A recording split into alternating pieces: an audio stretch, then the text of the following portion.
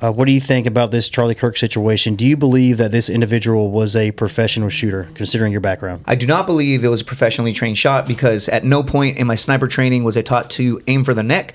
And a lot of people keep saying, oh, but it's because there was an angle. Angle only necessarily matters, at least from my training, at 30 degrees plus. From 200 yards on a second, third story building, let's call it a third story building, that's still like a, I don't know, 5-10 degree angle. I don't think it would impact. At 300 yards in the Marine Corps, I can literally say, do I want to hit the left nostril or the right nostril, right? At that short of a distance, let's call it 200 yards, it would only make about 1.5 inches high at about 200 yards.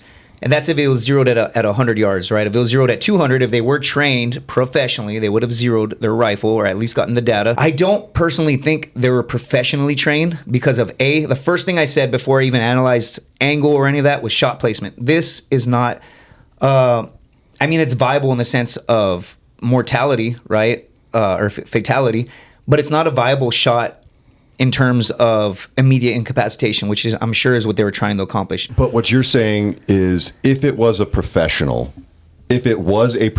sniper, given the distance, given the conditions, it's not gonna. The shot's not gonna pull from the definitely incapacitation zone. That's too far. This is too far. There's a video of the shooter in broad daylight on a rooftop. Whenever you set up a sniper position, a sniper hide, what's the most obvious spot that you're sniper? If you have no training, you're silhouetting. First thing you're gonna do is look for a rooftop, right? There was a spot under that was shaded. At the very least, be in the shade to have less of a profile. So if they were professionally trained, they would understand their exposure. Yeah, their exposure. They would have taken a window, shaded it, taken the shot from there, still had an escape route from there.